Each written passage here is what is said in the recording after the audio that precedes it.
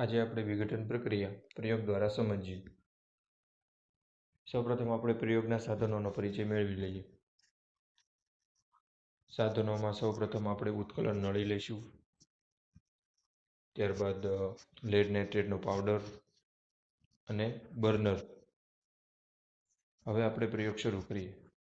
તો સૌપ્રથમ ઉત્કલન નળીમાં 2 ગ્રામ જેટલો લેડ નાઇટ્રેટનો પાવડર ઉમેરવાનો. આ લેડ નાઇટ્રેટ છે એનો રંગ સફેદ હોય છે. હવે ઉત્કલન નળીમાં 2 ગ્રામ જેટલો પાવડર ઉમેરી લઈએ લેડ નાઇટ્રેટનો. એટલે હવે આપણે એને ગરમ કરીએ, એટલે કે ઉષ્મા આપીએ. હવે જેમ જેમ લેડ નાઇટ્રેટ છે એ ઉષ્મા પ્રાપ્ત કરશે તેમ તેના રંગમાં પરિવર્તન જોવા મળશે. શરૂઆતમાં એટલે કે પ્રક્રિયા થયા પહેલાં જ્યારે ઉષ્મા નહોતી આપી ત્યારે આ લેડ નાઇટ્રેટ છે એનો રંગ સફેદ હતો, અને ઉષ્મા પ્રાપ્ત થશે એટલે લેડ નાઇટ્રેટ છે એનો રંગ પીળો થઈ જશે, એટલે કે લેડ ઓક્સાઇડમાં તે રૂપાંતર પામશે. અને ઉત્કલન નળીની બહાર વાયુ નીકળતો જોવા મળશે જે કથ્થાઈ રંગનો હોય છે.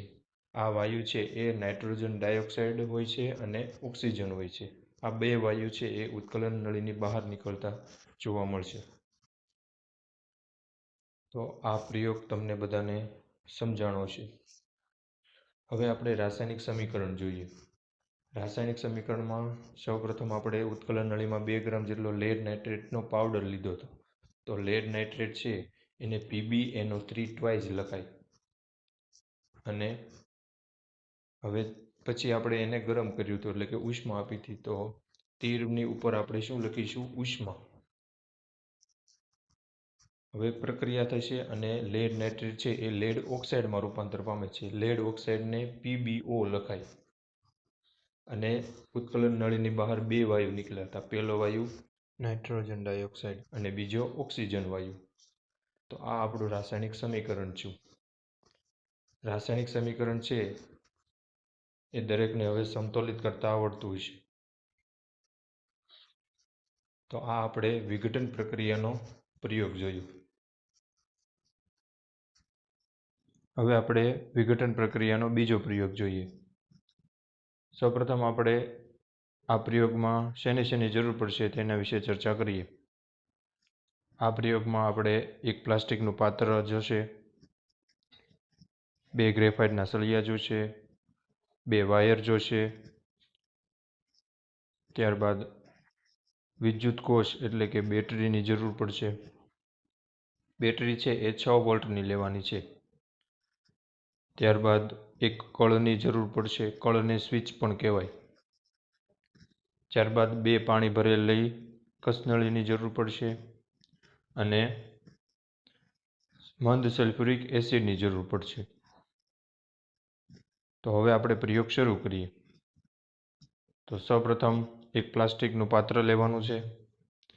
તેની નીચે 2 હોલ પાડવાના છે. આ 2 હોલની અંદરથી હવે આપણે 2 ગ્રેફાઇટના સળિયા પસાર કરવાના.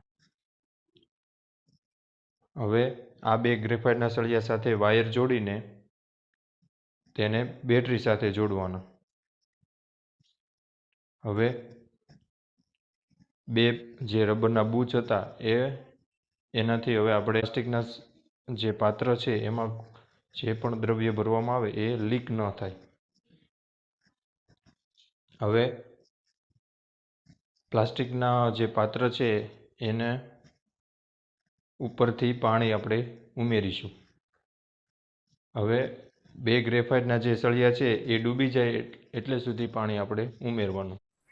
પાણીમાં 2 થી 3 ટીપા મંદ સલ્ફ્યુરિક એસિડ ઉમેરવું. હવે 2 પાણી ભરેલી કસનળીને ઉલટી 2 ગ્રેફાઇટના સળિયા ઉપર મૂકવાની. હવે આપણે પ્રયોગ શરૂ કરીએ, એટલે કે હવે આપણે બેટરી શરૂ કરીએ. હવે બેટરી શરૂ કરીએ એટલે વિદ્યુત પ્રવાહનું વહન થશે. બેટરીનો ધન છેડો છે એ 1 ગ્રેફાઇટના સળિયા સાથે જોડેલો છે અને બીજો જે ગ્રેફાઇટનો સળિયો છે એને બેટરીના ઋણ ધ્રુવ સાથે જોડેલ છે. હવે આપણે સહેલાઈથી સમજી શકીએ કે જે ગ્રેફાઇટના સળિયામાં ધન વિદ્યુતભાર જમા થતો હોય છે એ એનોડ કહેવાય અને જે ગ્રેફાઇટના સળિયા ઉપર ઋણ વિદ્યુતભાર જમા થતો હોય એને કેથોડ કહેવાય. તો હવે એનોડ છે એ ધન વિદ્યુતભારિત છે અને કેથોડ છે એ ઋણ વિદ્યુતભારિત છે. હવે ઋણ વિદ્યુતભારિત જે ગ્રેફાઇટનો સળિયો છે એ ધન આયનને પોતાની તરફ આકર્ષે. હવે પાણીમાં ધન આયન તરીકે શું હોય તો કે હાઇડ્રોજન આયન હોય. તો આ કેથોડ છે એ ધન આયનને પોતાની તરફ આકર્ષે એટલે પાણીની અંદર જે હાઇડ્રોજન વાયુ છે એ મુક્ત કરશે. એનોડ છે એ ઋણ આયનને પોતાની તરફ આકર્ષે છે. હવે પાણીમાં ઋણ આયન તરીકે OH- હોય છે એટલે એ એનોડ છે એ OH- ને પોતાની તરફ આકર્ષે છે અને ઓક્સિજન વાયુ મુક્ત કરે છે. પાણીમાં રહેલો જે ઓક્સિજન વાયુ છે એ મુક્ત કરે છે. તો હવે એક કસનળીમાં હાઇડ્રોજન વાયુ જમા થશે અને એક કસનળીમાં ઓક્સિજન વાયુ જમા થશે. આ ઓક્સિજન વાયુ અને હાઇડ્રોજન વાયુ છે એ પરપોટા સ્વરૂપે કસનળીની ઉપર જમા થતો હોય છે.